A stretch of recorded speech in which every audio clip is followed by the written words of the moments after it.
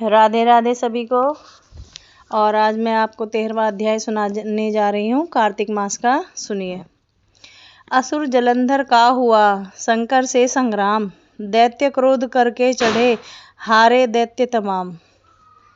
नारद जी बोले, जलंधर राहु की इन बातों को सुनकर क्रोधित हो अपने दैत्य को साथ लेकर जल्दी जल्दी चल दिया।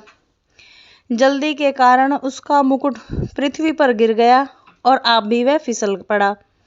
दैत्यों की सेना के सैकड़ों विमान आकाश में ऐसे छा गए जैसे वर्षा ऋतु में बादल छा जाते हैं।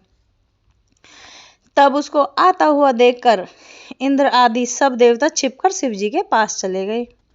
बोले, हे स्वामी, देवताओं की इस विपत्ति को आप नहीं जानते क्या? आप जलंधर का वध करके हमारी रक्षा करो। इस प्रकार देवताओं के वचनों को सुनकर महादेव जी हंसकर विष्णु भगवान को बुलाया और कहा कि आपने संग्राम में जलंधर को क्यों नहीं मारा? तो विष्णु जी बोले कि हे प्रभु, वो आपके अंश है, उनका जन्म आपके अंश से हुआ है और वह लक्ष्मी के भाई हैं, इसीलिए उस दैत्य को नहीं मारा। आप भी मारिए। शिव जी ने कहा कि वह बड़ा तेजस्वी है, इन शस्त्रों से नहीं मरेगा। इसके लिए हम सभी देवताओं सहित अपने तेज से अंश मुझे एक अस्त्र बनाना है। नारद जी आगे बोलते हैं कि तब सब ने मिलकर अपना तेज दिया और उस तेज से शिव जी ने अपना भी तेज उनमें छोड़ा और उस तेज से जो एकत्रित करके एक भयंकर सुदर्शन चक्र बनाया गया। बाकी बचे तेज से इंद्र ने अपना वज्र बना लिया। किंतु जब करोड़ों हाथी रथ और सेना समेत जलंधर कैलाश के पास भूमि पर आए और जब वहां की भूमि हिलने लगी तो देवता उसे देखकर छिप गए। शिव जी के गण नंदी, गणेश, स्वामी कार्तिकेय जी सब देवता महादेव जी की आज्ञा से युद्ध के लिए आगे हो गए। वीरों को प्रसन्न करने वाली भैरी, मृदंग और शंख ध्वनियों का, हाथियों का, घोड़ों को रथ के चलने से भूमि कांपने लगी। शक्ति तोमर बाण, मूसल, फरसा शास्त्रों से आकाश भर गया। युद्ध में मरे हुए दैत्यों को मृत संजीवनी द्वारा शुक्राचार्य बार बार जीवित करने लगा। देवताओं ने शिव जी के पास जाकर शुक्राचार्य का सब चरित्र कहा।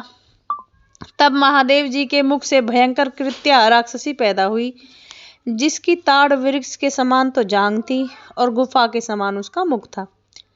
वह उस युद्ध में आकर असुरों का भक्षण करने लगी और शुक्राचार्य को अपनी भग में धर आकाश में अंतर्ध्यान हो गई। अब देवता शुक्र को पकड़ा हुआ समझकर आनंद से दैत्यों से युद्ध करने लगे। शिव जी के गणों से भयभीत हो दैत्यों ने भागना शुरू किया और उनकी सेना अथल पथल हो गई। जैसे वायु के वेग से चलने से तिनका उड़ जाता है। गणों के मध्य से भागी सेना को देख सेनापति निशुंभ, शुंभ और कालनेमी अति क्रोधित होकर युद्ध में गए। वर्षा के बादलों की तरह इन तीनों ने बाणों की वर्षा कर डाली। शिव जी की सेना को घेर लिया चारों तरफ से। सैकड़ों बाणों से घायल हुए गणों के शरीर से रक्त बरसने लगा, मानो बसंत ऋतु में टेसू का वृक्ष दिखाई देता हो। तब फिर गिरते पड़ते वे सब गण तितर बितर होकर युद्ध छोड़कर भागने लगे।